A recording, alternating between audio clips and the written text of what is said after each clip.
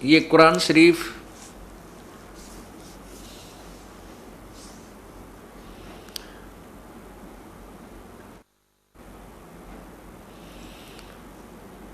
ये है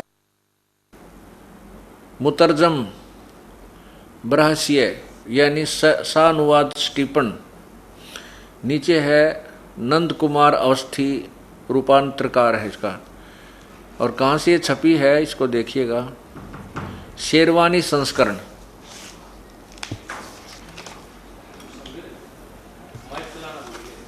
अब देखिएगा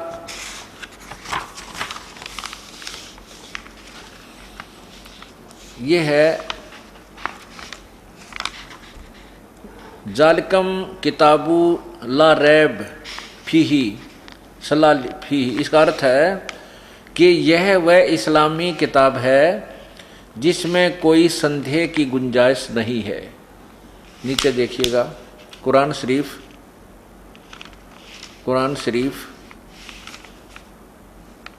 मुतरजम बरहसिया सानुवाद से छटीपन। नीचे देखना शास्त्रीय अरबी पद्धति पर नागरी लिपि में। नीचे देखना शेरवानी संस्करण। और ये देखना मौसम बाग सीतापुर रोड लखनऊ से ये छपी है, प्रकाशित हुई है। इसकी सूरत फुरकानी ये प्रश्न नंबर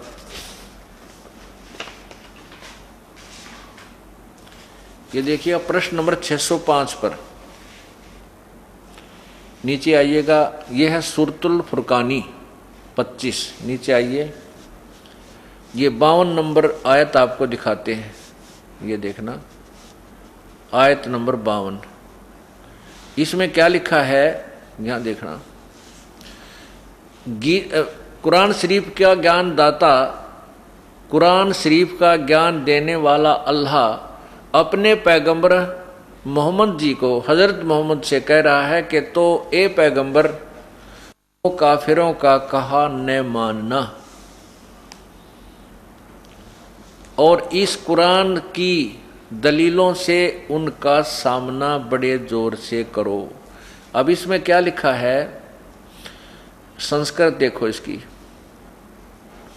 यहाँ इधर आइए, हम अब संस्कृत पढ़ते हैं।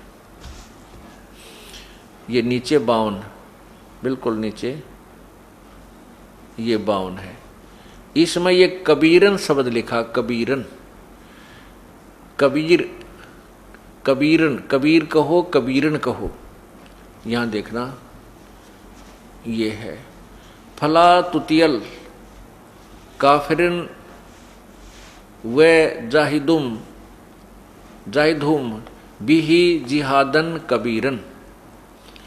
ये कबीरन, इसमें क्या लिखा है कि हजरत मोहम्मद को कुरान शरीफ का ज्ञान बोलने वाला अल्लाह कह रहा है, ए पैगंबर तुम काफिरों का कहा न मानना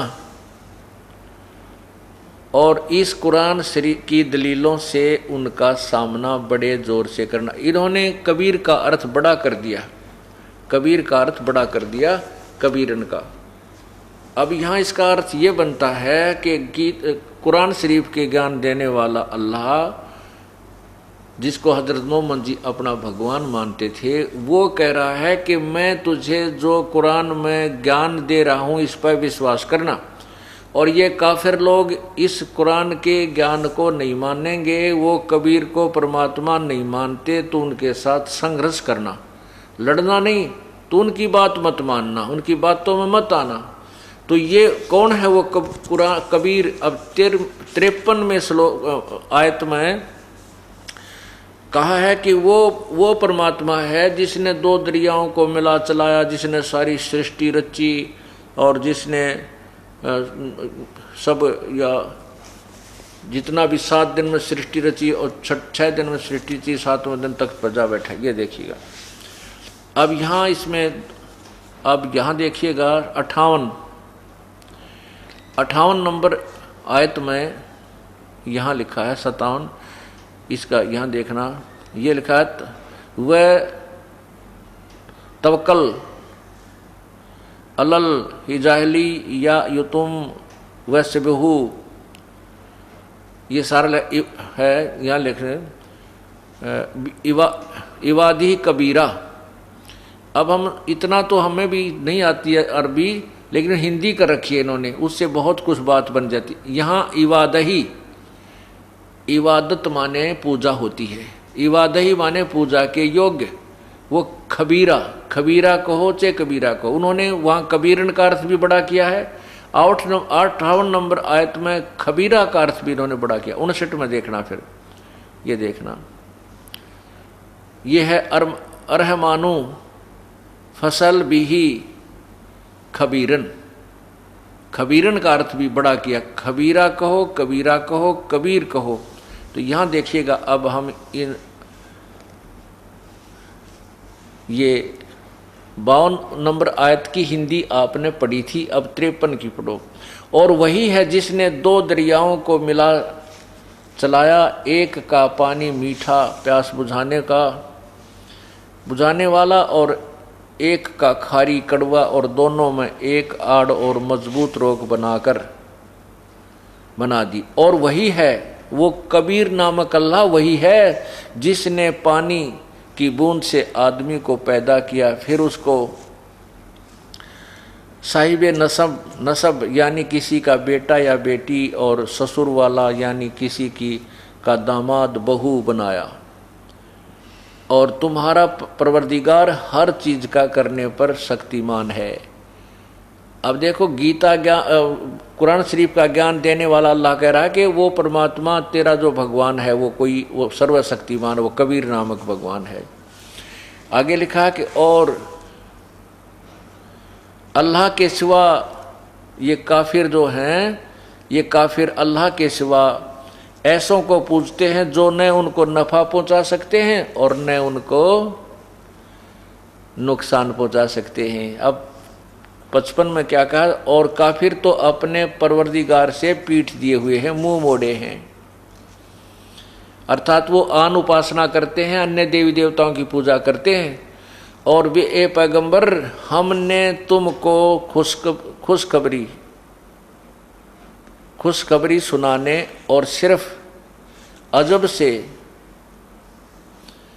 डराने के लिए भेजा है। आगे देखो, इन लोगों से कहो कि मैं तुमसे इस अल्लाह के हुक्म पर कुछ मजदूरी नहीं मांगता हूँ, हाँ जो चाहे अपने परवरदिगार तक पहुँचने की राह इख्तियार कर ले। अब 57 में, अब 58 में क्या लिखा, कहा कि ए पैगंबर, वो कबीर खबीरा जो शब्द लिखा है उसका अर्थ देखना। ए पैगंबर, जिस जिंदा, ओए होए, जिस जिंदा, इसने जिंदा का अर्थ चैतन्य कर दिया, उस जिंदा पर भरोसा करो, उस जिंदा पर भरोसा रखो जो कभी मरने वाला नहीं, और तारीफ के साथ उसकी पाकी बयान करते रहो, और अपने बंदों के गुनाहों से वह काफ़ी खबरदार है। 58 में इन्होंने कबीर शब्द का अर्थ काफ़ी कर दिया, यहाँ लिखना था वह कबीर खबरदार है, यानी जानता है। आगे देखिए, जिसने आसमानों और ज़मीन और जो कुछ उनके बीच में है उसको 6 दिन में पैदा किया और फिर तख्त पर जा विराजा, वह अल्लाह बड़ा। कबीर का अर्थ इन्होंने बड़ा कर दिया, वो अल्लाह कबीर बड़ा रहमान दयालु है। तो उसकी खबर किसी बाखबर इल्म वाले से पूछ देखो। अब यही तो आपने पवित्र गीता जी में पढ़ा कि उस पूर्ण परमात्मा के ज्ञान को किसी तत्वदर्शी संत से जाकर के पूछो, जैसे वो बताओ वैसे करो। और यही प्रमाण पवित्र कुरान शरीफ ने बता दिया कि कुरान शरीफ के ज्ञानदाता कौन है। ये ज्योति निरंजन ब्रह्म, जो समक्ष नहीं आता, प्रत्यक्ष नहीं होता, गुप्त रूप से प्रेरणा करते, आकाशवाणी करके या कोई संदेश वाहक देकर अपने इस ज्ञान को प्रचार करवाता है। और वो साथ में प्रभु से डरता है, डरता हुआ उस परमात्मा का भी ज्ञान, उसके विषय में जानकारी भी देता रहता है और साथ में अपने अज्ञान से भी वो प्रचार करवाता रहता है। तो जिसको हज़रत मोहम्मद जी अपना खुदा मानते हैं और ये मुसलमान भाई मानते हैं कि कुरान शरीफ का ज्ञान अल्लाह ने दिया है, तो वो कभी कुरान शरीफ का ज्ञान दाता अल्लाह हज़रत मोहम्मद को कह रहा है कि हे हज़रत मोहम्मद, वो परमात्मा जो है वो कबीर है और ये वही परमात्मा है जिसने 6 दिन में सृष्टि रची और 7वें दिन तख्त पर जा विराजा। अब 6 दिन में सृष्टि रची, 7वें दिन तख्त पर जा विराजा, वो कौन है, कैसा है, ये पवित्र बाइबल ने सिद्ध कर दिया कि उस परमात्मा ने 6 दिन में सृष्टि रची और 7वें दिन वो तख्त पर जा बैठा। और वो कैसा है, उसने स्पष्ट लिखा पवित्र बाइबल में कि वो मनुष्य जैसा है। अल्लाह ने मनुष्यों को अपने स्वरूप के अनुसार बनाया।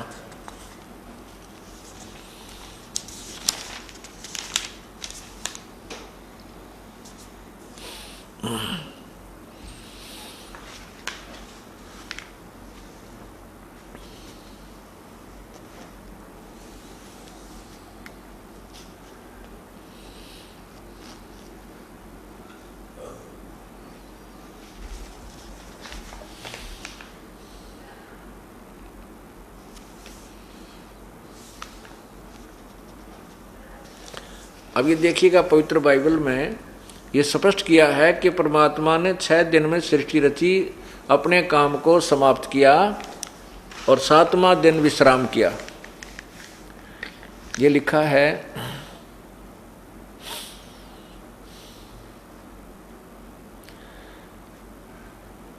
परमेश्वर ने अपना काम जिसे वह करता था 7वें दिन समाप्त किया और उसने अपने किए हुए सारे काम को 7वें दिन विश्राम किया। अब परमेश्वर ने 7वें दिन जो को आशीष दी कि वह पवित्र ठहराया, क्योंकि उसमें उसने सृष्टि की रचना के अपने सारे काम से विश्राम किया। यानी 7वें दिन, तो ये जो पवित्र बाइबल वाला ज्ञान है कुरान शरीफ के अंदर, ये कम से कम 50% लिखा हुआ है। तो कहने का भाव ये हुआ कि इन दोनों पवित्र ग्रंथों ने, पवित्र बाइबल और पवित्र कुरान शरीफ ने मिलजुल कर ये सिद्ध कर दिया कि परमात्मा सशरीर है, उसका नाम कबीर है और वो मनुष्य जैसा है। साथ में ये भी सिद्ध कर दिया कि उस परमात्मा के बारे में कोई तत्वदर्शी संत ही ज्ञान देगा, उसी से पूछ देखो। यही पवित्र गीता जी ने लिखा है, यही पवित्र कुरान शरीफ में लिखा है कि ये काफिर लोग एक भगवान ने, उस पूर्ण परमात्मा के अतिरिक्त अन्य ऐसे देवताओं को पूजते हैं, अन्य भगवानों की देवताओं की पूजा करते हैं जो उसको कोई लाभ हानि दे ही नहीं सकते। यही पवित्र गीता जी के अध्याय नंबर 7 और श्लोक 14, 15 और 20, 21, 22 और 23 में स्पष्ट किया है कि जो व्यक्ति उस परमात्मा के अतिरिक्त अन्य देवताओं की पूजा करते हैं, उन मूर्खों की वो पूजा अज्ञान युक्त है और उनको कोई लाभ नहीं होता।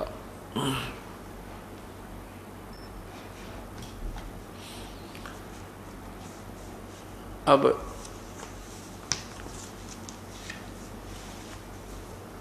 आपको ये तो स्पष्ट हो गया कि परमात्मा साकार है, मनुष्य दृश्य है। उसका नाम क्या है, वो कहाँ रहता है, उसकी प्राप्ति की विधि क्या है, ये जानना अब शेष रहता है। विशेष जानकारी के लिए हम आपको काफी प्रमाण देंगे, बहुत सारे प्रमाण देंगे कि वो परमात्मा मनुष्य जैसा है, उसका नाम कबीर है, वो सशरीर है। और उन आँखों देखे हुए महापुरुषों के अनुभव की जानकारी भी देंगे, उनकी कथाएं भी आपको सुनाएंगे कि वो परमात्मा कौन है, कैसा है। और उस परमात्मा की शरण में जाने के पश्चात हमें किसी प्रकार की कोई चिंता नहीं रहेगी। समर्थ का शरणाग हो रंग होरी हो, भाई कदे न हो ए काज राम रंग होरी हो।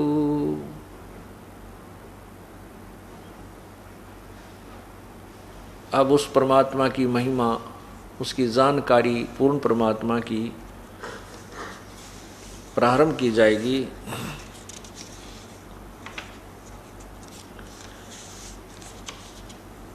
मूर्ख मनवा काल की चिंता क्यों सताती है, सतगुरु अपना साथी है, सतगुरु हरदम साथी है। मूर्ख मनवा काल की चिंता क्यों सताती है, सतगुरु अपना साथी है, सतगुरु हरदम साथी।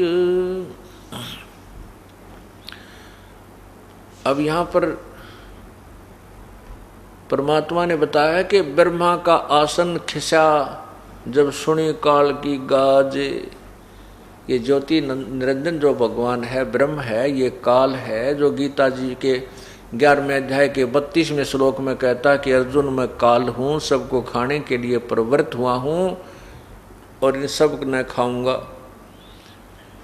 वो काल जो है वो ब्रह्मा विष्णु महेश का पिता है और उसको श्राप लगा हुआ है, उसको एक बीमारी लगी है कि 1 लाख मानव शरीरधारी प्राणियों को नियत खाएगा। और जो परमात्मा कबीर जी की शरण में आ गया तो उसकी रेंज से बाहर हो जाएंगे, वो उसकी पहुंच से बाहर हो जाते हैं, उनको वो कुछ परेशानी पैदा नहीं कर सकता। अब यहाँ हमें 24 घंटे हर समय चिंता बनी रहती है, चाहे कोई कितना बड़ा अधिकारी है, चाहे राष्ट्रपति प्रधानमंत्री भी क्यों ना, पूरी पृथ्वी का राजा भी क्यों नहीं है, उसको भी यहाँ कोई न कोई चिंता सताती रहती है।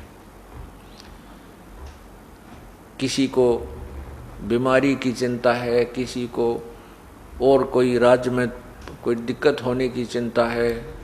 तो जब हम भगवान के चरणों में आ जाएंगे तो हमें कोई कष्ट नहीं आने देगा, और छोटा मोटा कोई कष्ट आएगा तो हमारे बहुत भयंकर जो पहाड़ से भी बड़े दुख को टालने के लिए प्रभु थोड़ा सा कष्ट आने देगा। जैसे संत सतगुरु शरण में आने से आई टले बला, जय मस्तक में सूड़ी हो भाई कांटे में टल जा।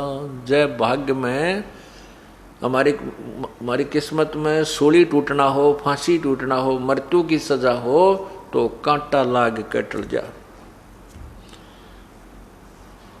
पूर्ण संत की शरण में आने से ये लाभ हो जाता है। एक समय की बात है, परमात्मा प्रभु का एक अपने नाना रूप बना करके परमात्मा आते रहते हैं कबीर जी, और संतों को संत रूप में अपनी भूमिका करते रहते हैं। एक समय की बात है कि गांव के बाहर एक संत रहता था और उसने वहाँ पर एक आश्रम बना रखा था छोटा सा। तो उस आश्रम में वो कुछ महीने रुकता था, फिर दूसरे आश्रम में चला जाता था, फिर तीसरे आश्रम में चला जाता था, चौथे में चला जाता था, और एक आश्रम में वो महीना 20 दिन 2 महीने डटा करता था, रुकता था। साथ में उसके 2-4 शिष्य होते थे।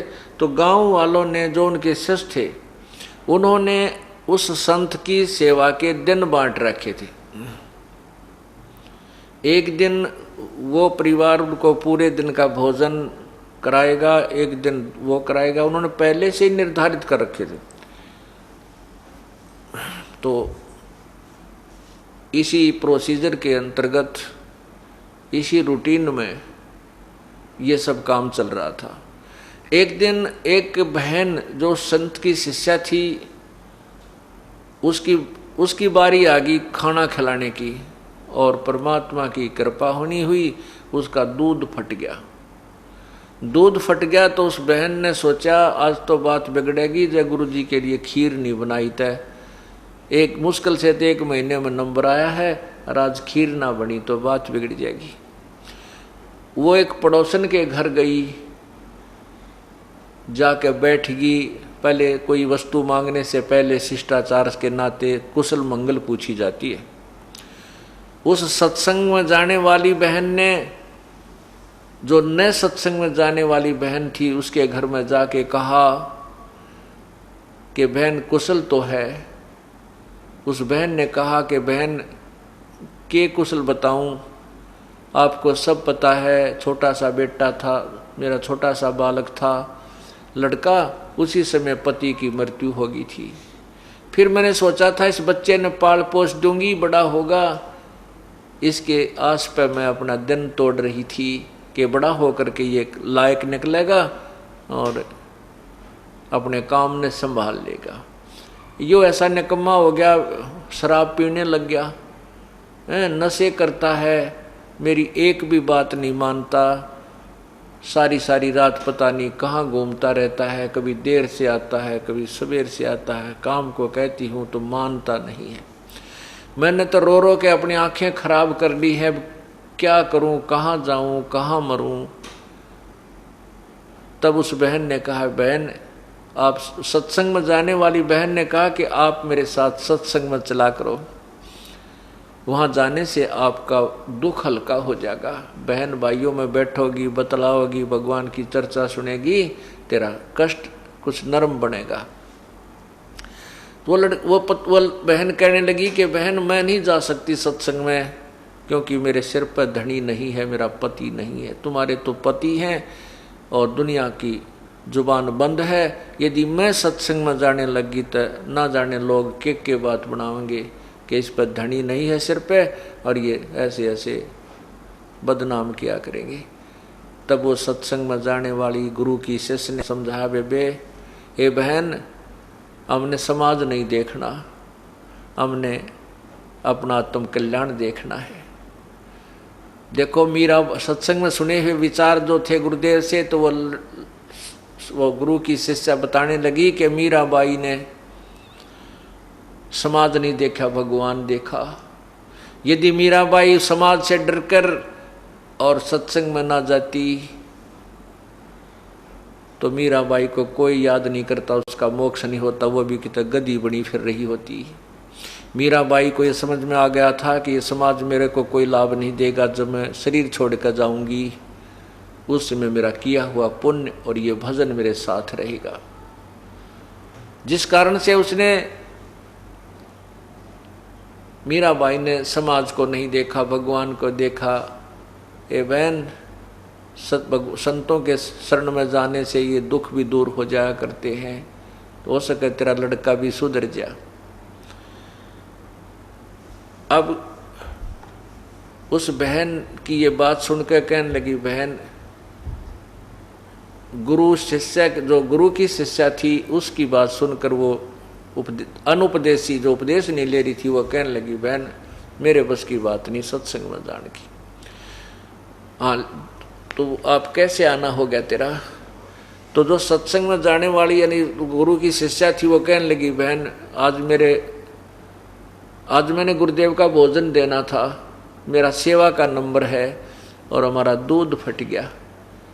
आपके घर ताजी ब्याई गाय है, मुझे दूध दे दे, और चाहे उधारा दे चाहे मोल दे दे।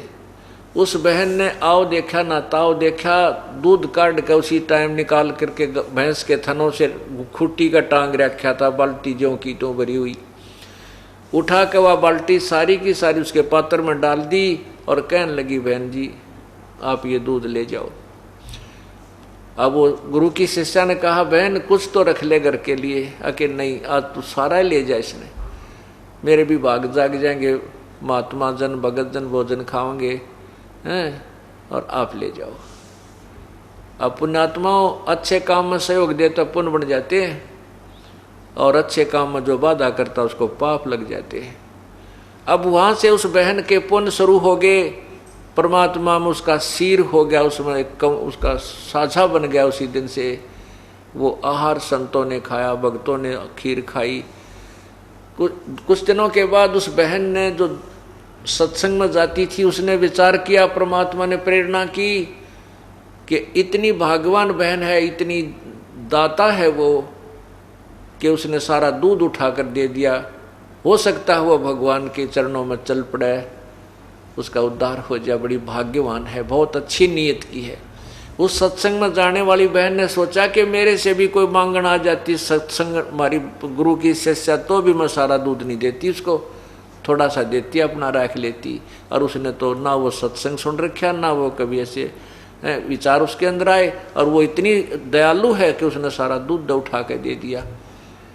अब इस भाव से वो जाकर उसके पास बैठ गई, फिर सत्संग की चर्चा करने लगी, रोजाना जिक्र कर दे, घंटा आध घंटा बैठे। फिर उस बहन को भी आनंद सा आने लग गया जो विधवा थी, और वो लड़का उसका शराब स्वरूप पीता था। कहने का भाव यह है कि सत्संग के विचार सुनने से एक दिन उस बहन को जो अनुपदेशी थी एकदम प्रेरणा हुई, कहने लगी, बहन मैं भी आपके साथ सत्संग में चलूंगी, नाम लूंगी। अब सत्संग गई, वहां विचार सुने, तो उस बहन ने गुरुदेव से प्रार्थना की, गुरुजी मुझे उपदेश दे दो महाराज जी। लड़की, और जब उपदेश लिया, उपदेश लेकर के आ गई, फिर सत्संग में जाने लगी। जाते ही गुरुदेव के पास यही अर्ज किया करती थी, हे गुरुदेव, हे महाराज जी, मेरा बेटा बहुत बिगड़ गया, शराब पीता है, मेरे कहे के नहीं मानता, अपने चरणों में ले लो प्रभु। इस दुखिया का सबसे बड़ा यही दुख है। बचपन में पति मर गया, जो छोटा सा बालक था जो पति मर गया, मैंने शादी भी इसलिए नहीं कराई कि इस बालक में दुख हो जाएगा, और आज इस बच्चे ने मुझे इतना दुखी कर दिया, मुझे कहीं ठिकाना नहीं है, कहती हूँ तो मानता नहीं है। गुरु संत जी कहने लगे, बेटी तू अपनी भक्ति करती रहे, भगवान जरूर सुनेगा तेरी एक दिन। अब क्या होता है कि सत्संग में आने से पता चलता है कि भाई कुछ दान पुण्य भी करना चाहिए। उस बहन का ने को प्रेरणा हुई कि मैं पूरे दिन का, उसने फिर कहा, जो बहन उसको नाम दिला के लाई थी उसी से कहा, बहन एक दिन की सेवा मुझे भी दिला दो, मैं भी कुछ सेवा करना चाहती हूँ गुरुदेव की। अब उसने दो चारों से प्रार्थना की, सब नाटकीय कहने लगे, ना भाई ना बहन, मुश्किल से दिन मिला हमारे को तो आज सेवा का, हम तो अपनी बारी नहीं देंगे। उस बहन ने जो उसको नाम दिला के लाई थी, उसी ने अपने टर्न में से शाम के समय का भोजन दे दिया। बहन सुबह का तो मैं खिलाऊंगी, अगली जो बारी आई तो शाम का तू खिला दिए। तो बड़ी खुशी हुई उस बहन ने, जो नई सत्संग में गई थी, पहली बार उसने सेवा का मौका मिला, खुशी खुशी में खीर बनाई, हलवा बनाया, रोटी बनाई, सब्जी बनाई, और इस रुचि में आज गुरु जी को खिला के आऊँगी, भक्तों को खाना खिलाऊंगी। अब क्या हुआ, खेल कुदरत का हुआ, बहन खाना बना रही थी, उसको बुखार हो गया, बहुत ज़बरदस्त बुखार हो गया, और इतना हो गया कि वो 10 कदम नहीं चल सके। अब उस बहन ने अपने आप को कोसा, देखे भगवान आज तो मुझे मुश्किल से अवसर मिला था वो गुरुदेव की सेवा करने का, और आज ये बुखार बन गया, मैं 10 कदम नहीं चल सकती। और वो बेटा ऐसा नालायक से आवत आवर ना भी आवर, आ भी गया तो कया ना माने, वो कति नहीं जाओ, और आज मैं सेवा नहीं कर पाऊंगी तो मुझे कभी भी टर्न नहीं मिलेगी, मुझे कभी सेवा का मौका नहीं मिलेगा, मेरा जीवन व्यर्थ हो जाएगा। इतने में वो लड़का आ गया। वो लड़का आ गया तो उसको उसकी माँ ने कहा, बेटा मेरा एक छोटा सा काम कर दे आज तू। वो बोला कि क्या क्या काम है माँ?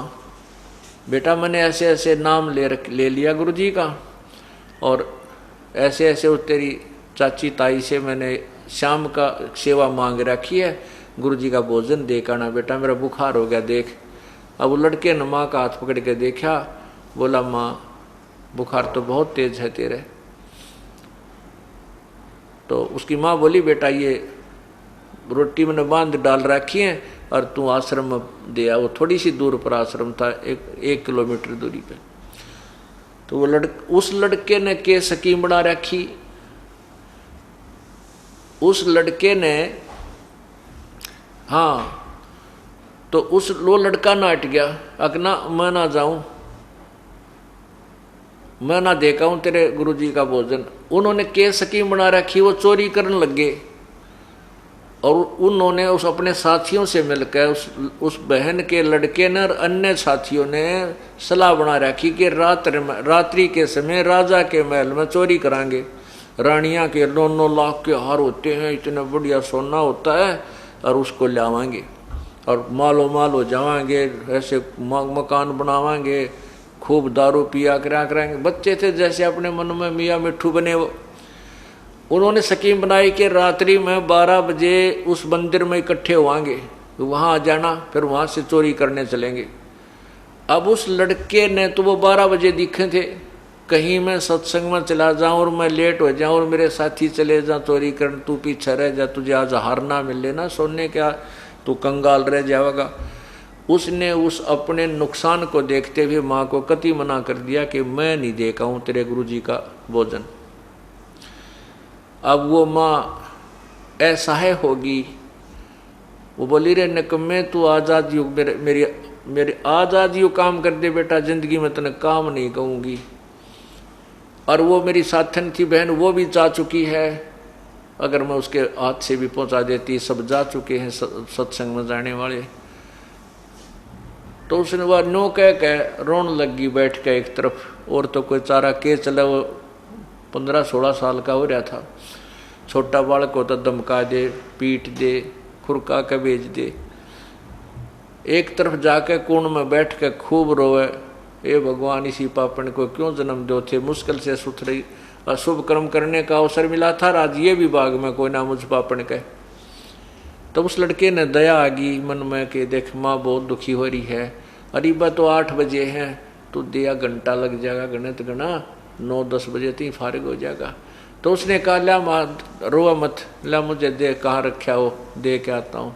तो उसने बेचारी ने वो खाना पकड़ा दिया, तो वो लड़का लेकर खाना चल पड़ा। अब वो प्रतिदिन प्रार्थना किया करती थी, गुरुदेव आपके मेरे बेटे ने शरण में लेना।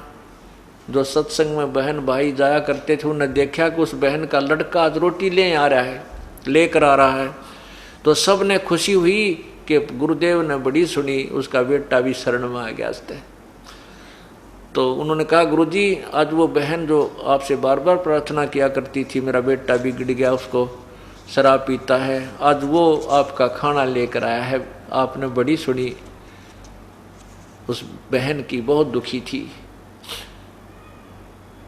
उस लड़के ने कहा कि गुरुजी कहाँ है, महाराज जी कहाँ हैं।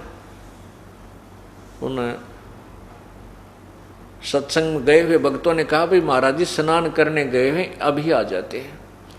तो आध घंटा और लग गया, गुरुजी स्नान करके आए इतने, और उसको वो उंगलियां पे मिनट गिने कि कहीं तू लेट हो जा, चोरी ना कर पावे, तुझे वो धन ना मिला है।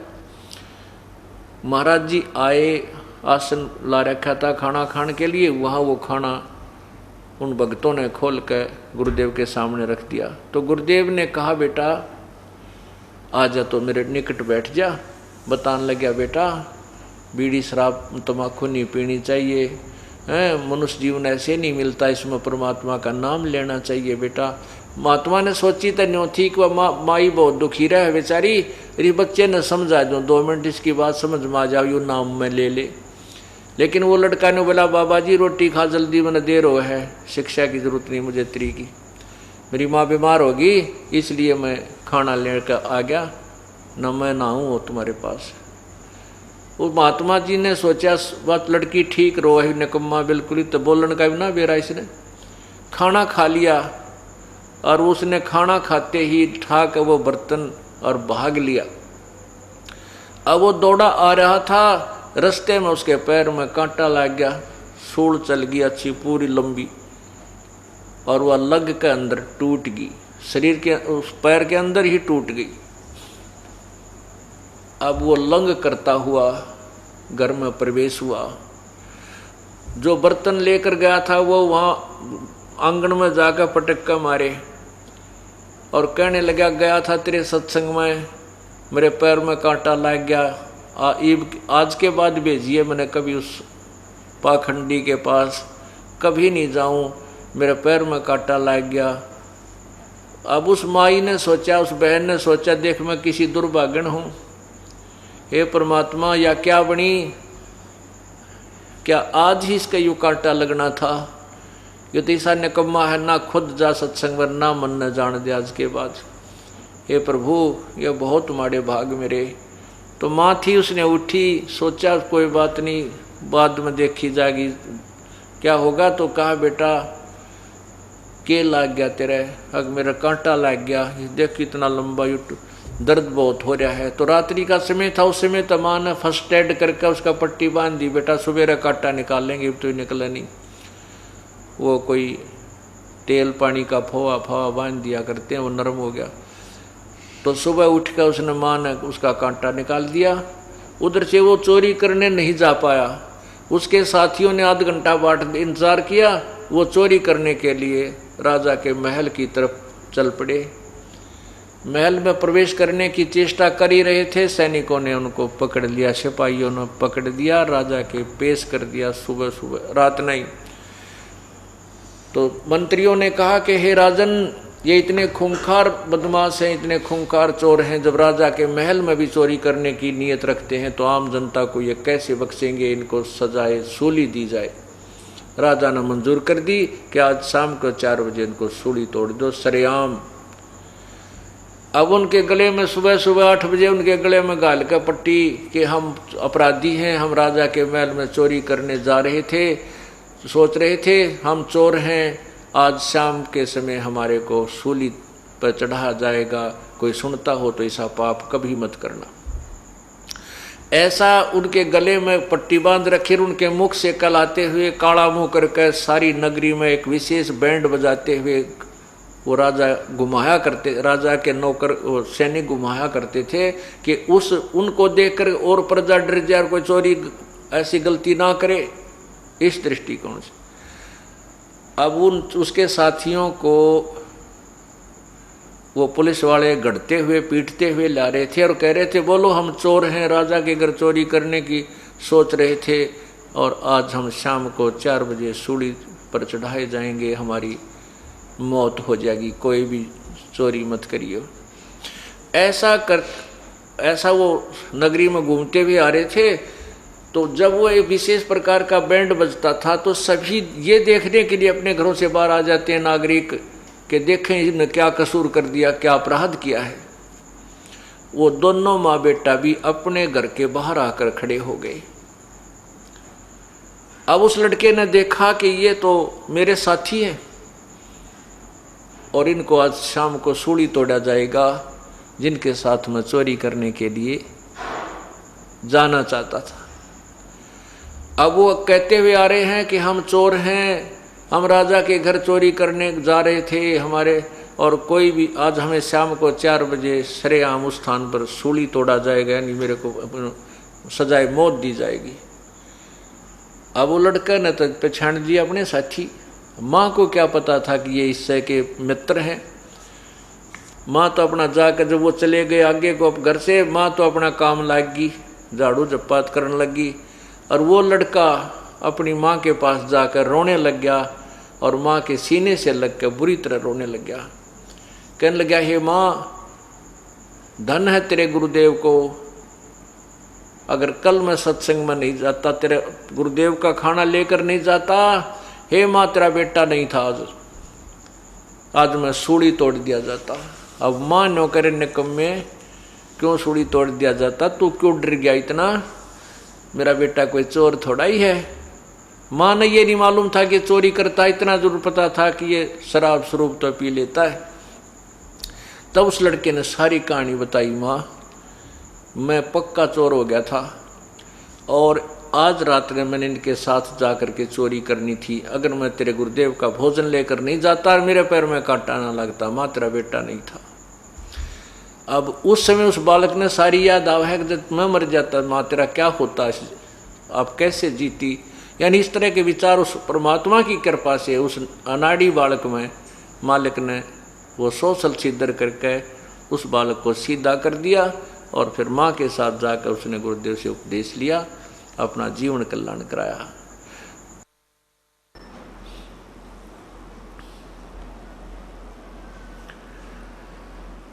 राम नाम रटते रहो, राम नाम रटते रहो, जब तक घट में प्राण, कब हो तो दीन दयाल के बिनक पड़ेगी कान। मानुष जन्म दुर्लभ है, मिले न बारंबार, तरवर से पत्ता टूट गिरे वो बहुर न लगता डार।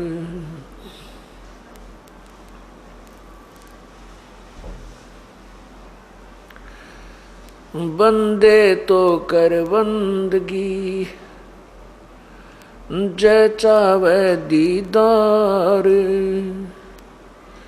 अवसर मानुष जन्म का, ये मिले न बारंबार। मानुष जन्म पाके, जो नहीं रटे हरि नाम,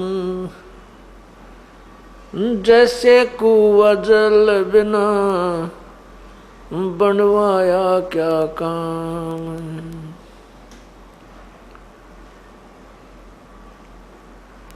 लौट सको तो लूट लो, राम नाम की लूटे, पीछे फिर पछताओगे, प्राण जहांगे छूट। नहीं भरोसा देही का, विनस जावे छन माही। श्वास उश्वास में नाम जपो,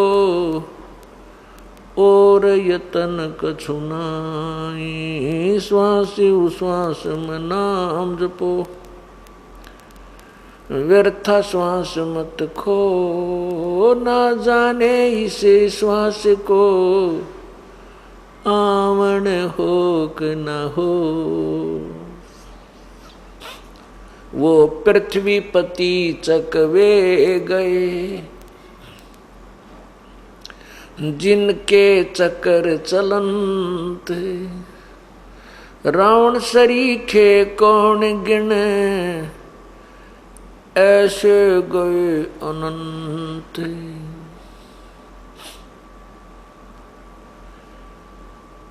कबीर सब जग निर्धना, धनवंता ना कोई। धनवंता सो जानियो, जप राम नाम धन होवे।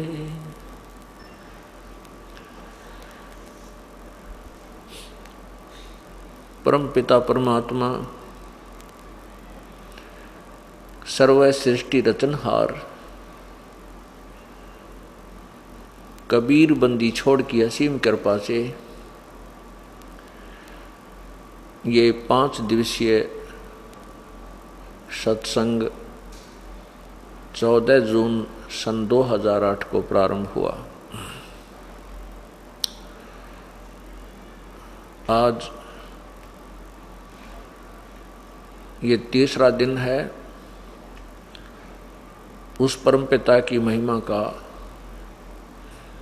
ये गुणगान चल रहा है।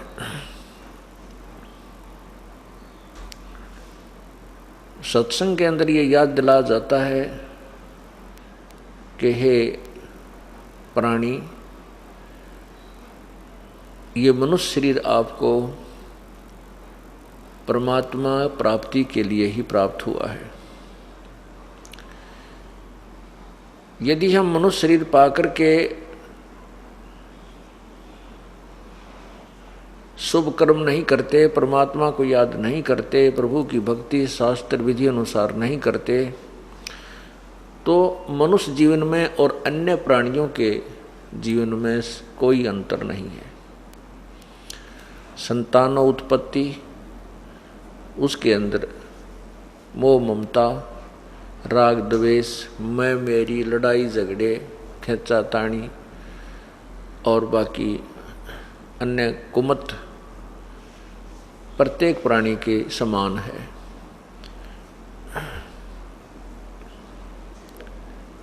परमात्मा ने मनुष्य शरीर एक ड्रेस दी है, एक पोशाक है। ये अन्य प्राणियों से भिन्न है। जैसे विद्यार्थी विद्यालय में जाता है, विद्यालय में जाने वाले विद्यार्थी की पोशाक भिन्न होती है। वो विद्यार्थी कहलाता है, उसकी ड्रेस से ही पहचान हो जाती है ये किसी स्कूल का विद्यार्थी है, किसी विद्यालय का विद्यार्थी है। और जो विद्यार्थी विद्यालय में जाता है, उसको विद्यालय में प्रवेश प्राप्त है और वो शिक्षा ग्रहण, वो स्कूल में विद्यालय में ना जाकर के इधर उधर भटकता रहता है, वो बच्चा अपने उद्देश्य से वंचित रह जाता है, वो अशिक्षित रह जाता है, फिर उसको विद्या का लाभ नहीं प्राप्त होता। जो बच्चे विद्यालय में जाते हैं, प्रवेश प्राप्त है, वो अपने तन मन से शिक्षा ग्रहण कर रहे हैं और अध्यापक के द्वारा बताया गया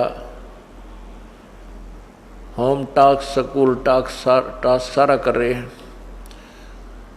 तो वो बच्चे अपना जीवन सफल कर लेते हैं, शिक्षा सफल कर जाते हैं।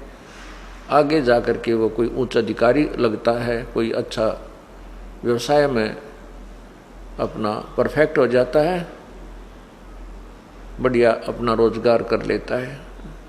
और अन्य बच्चे जो शिक्षा से वंचित रह गए, स्कूल में विद्यालय में प्रवेश भी प्राप्त किया लेकिन पढ़ाई नहीं की, वो फिर क्या बनते हैं? वो मजदूर बनते हैं, भूखे मरते हैं। उनके बच्चों के पास ना समय पर रोटी होती है, ना पैरों में जूता होता है, ना ठीक से कपड़े पहना पाते हैं।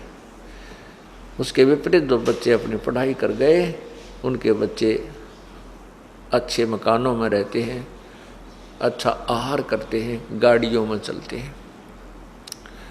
ठीक इसी प्रकार जो आज भक्ति नहीं करेंगे, जिनको मनुष्य शरीर प्राप्त है, उनको समझो परमात्मा पाने वाले विद्यालय में प्रवेश प्राप्त हो चुका है। वो उनको ये अलग ड्रेस जो मिली है इसलिए प्राप्त हुई है कि ये विद्यार्थी हैं, जितने भी मानव हैं।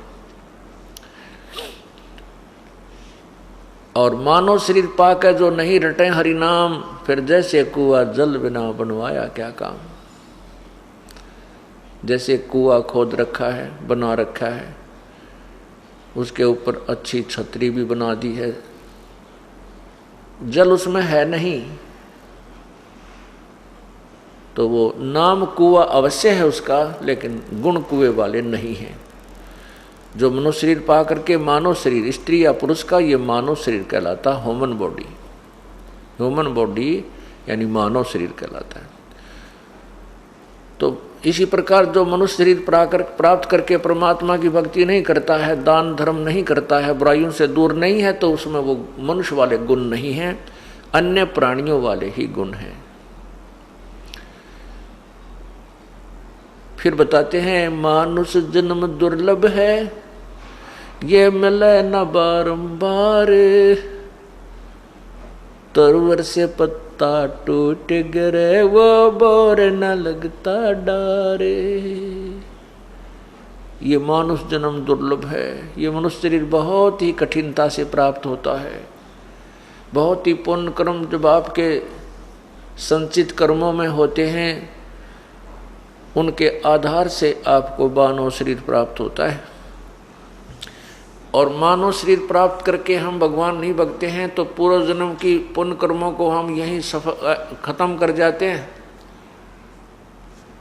यहाँ पर कार भी हो जाती हैं, कोठियाँ भी होती हैं, अच्छी नौकरी, अच्छा उच्च अधिकारी भी बन जाता है, मंत्री, मुख्यमंत्री, प्रधानमंत्री भी अपने पुण्य से, ये प्राणी पूर्व जन्म के पुण्य से ही बनता है। यदि भविष्य में शुभ कर्म नहीं करता है, दान पुण्य नहीं करता है, पूर्ण संत की शरण नहीं जाता है, तो ये प्राणी, वो चाहे भले राजा भी क्यों ना है, अपने पूर्व जन्म की कमाई को, पुण्यों को समाप्त करके और खाली होकर जाता है। और नेक्स्ट जीवन, उसका अगला जीवन जो है अन्य प्राणियों का होता है। कबीर हरि के नाम बिना, कबीर हरि के नाम बिना ये राजा रसब होए, मिट्टी लदे कुमार के भाई घास न डाले कोई। क्या बनेगी उस राजा के साथ जो परमात्मा की भक्ति नहीं करता? वो कहते हैं अगले जन्म में गधा बनेगा। और अब तो कितने अच्छे मोहन भोग खा रहा है, फिर क्या होगा कि कुम्हार के तो मिट्टी डोएगा और शाम के शेष समय वो आहार करने के लिए भी कुर्डियों पर जाता है। कुम्हार के घर पर तो उसको आहार भी नहीं मिलेगा। इसी प्रकार परमात्मा बताते हैं, कबीर हरि के नाम बिना ये नार कूतिया हो, गली गली भौंकत फिरे भाई टूक न डाले कोई। परमात्मा कहते हैं कि जो बहन बेटियां मनुष्यरीत पाकर परमात्मा को याद नहीं करती हैं, वो अगले जन्म में कूतिया बनेगी और फिर गली गली भौंकत फिरें, टूक न डाले कोई। क्या बुरा हाल होगा इस प्राणी का। परमात्मा ने अपने बच्चों को सावधान करने के लिए नाना प्रकार की वाणी बोली है, नाना प्रकार के वचन कहे हैं कि ना जाने किस प्राणी के कौन सी चोट लग जाए और वो जाग जाने के बाद फिर वो अपने रास्ते पर चल पड़ता है। क्या बताते हैं, बीबी पड़दर थी वो डोडी लगे थी बारे, अब गात उघाड़े फिरती हैं वो बन कुतिया बाजारी। वो पर्दे की सुंदरी सुनो संदेशा मोरे, गात उघाड़े फिरती हैं वो करें सरायों सोरे। नक बेसर नक पे बनी पैर थी हार हमेल,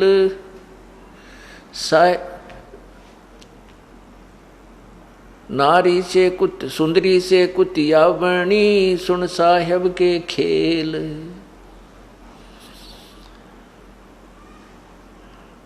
कितनी मार्मिक बात बताई है। देखो बच्चे हैं, अनजान बच्चे हैं, जिनको यही नहीं मालूम कि ये बिजली का नंगा तार पड़ा है, इसमें प्राण घातक पावर है, शक्ति है, इसको छूना नहीं चाहिए। अनजान बच्चा उसको छू लेता है और छूने से वो मृत्यु को प्राप्त हो जाता है।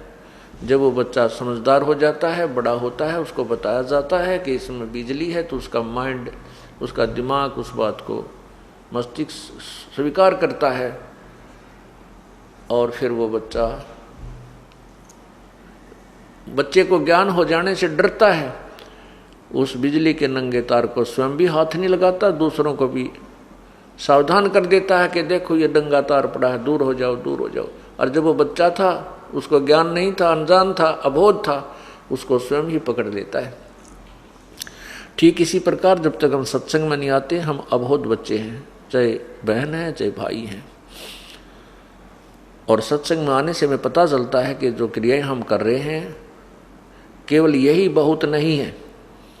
कौन सी क्रियाएं हम कर रहे हैं? संतान उत्पत्ति, उनकी परवरिश और अपना रोजगार के लिए जो धंधा, ये तो करना ही है, लेकिन इतना ही पर्याप्त नहीं है। इसके साथ साथ हमने परमात्मा को याद अवश्य करना चाहिए था। उसके याद ना करने से ये सारा का ये जो आपका है ये अन्य प्राणियों जैसा ही बताया है। तो सत्संग में आने से ये ज्ञान होता है, फिर डर लगता है। कहते हैं भय बिन भक्ति नहीं हो। अब हमें भय होगा कि कहीं हम पशु ना बन जावें, पक्षी ना बन जावें, कुत्ते और कुतिया ना बन जावें। अब क्या बताते हैं कि वो पर्दे की सुंदरी, सुनो संदेशा मोर, मेरा एक संदेश सुनो। परमात्मा स्वयं बता रहे हैं कि जो लड़कियां, जो बहन बेटियां रानियां थी, पर्दे में रहा करती थी, बाहर भी नहीं आने देते थे उनको इतने अच्छी सुविधाएं थी,